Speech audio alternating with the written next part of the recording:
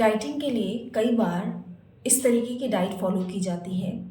जो कि बॉडी के लिए ठीक नहीं होती। हम हमेशा अपने बॉडी को प्रेशराइज़ करते हैं या स्ट्रेस में रख के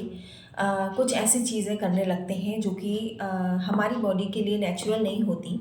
और हमें वो चीज़ें एक्सेप्टेबल भी नहीं होती। लेकिन बिकॉज़ ऑफ डाइट हम सिर्फ कुछ चीज़ें खा के अपने वेट लॉस के लिए ट्राई करते रहते हैं और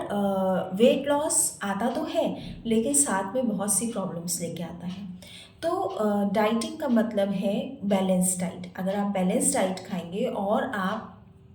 अ, किस टाइमिंग पे कितने अमाउंट में लेनी है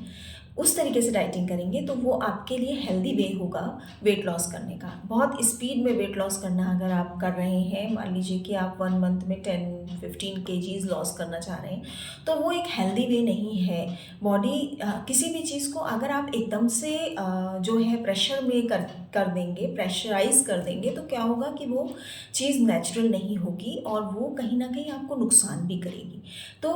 हेल्दी वे ऑफ डाइटिंग या healthy way of taking food as a diet, आपको एक नॉर्मल स्पीड में वेट लॉस करना है और आपको 1 मंथ में maximum 5 to 7 KGs is sufficient for you. आप उससे ज़्यादा अगर वेट लॉस करते हैं तो वो बॉडी को प्रेशर में डालने वाली बात हो जाती है, उसको आप नेचुरल वे में नहीं कर रहे हैं। दूसरी चीज़ है कि कई बार हम अपनी क्रेविंग्स को मारते रहते हैं और कुछ चीज़ें जो हमको पसंद हैं हम वो नेगलेक्ट करते हुए अपने माइंड को भी स्ट्रेस में डालते हैं कि हमें ये चीज़ बिल्कुल करनी ही नहीं है। लेकिन अगर आप 10 डेज़ 15 डेज़ में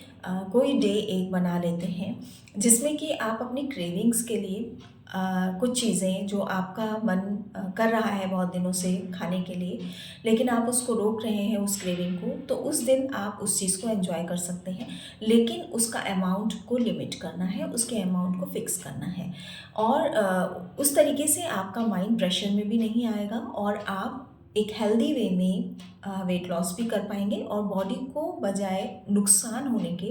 बॉडी आपकी हेल्दी भी होगी, स्ट्रेंथन भी होगी और आपको लगेगा कि आप जो है एक आपकी ताकत बढ़ रही है और वेट आपका लूज़ हो रहा है। तो ये तरीका होता है वेट लॉस का, ना कि ये तरीका कि आप एक्सेसिव कोई चीज़ करके अपनी बॉडी को प्रेशराइज़ करें।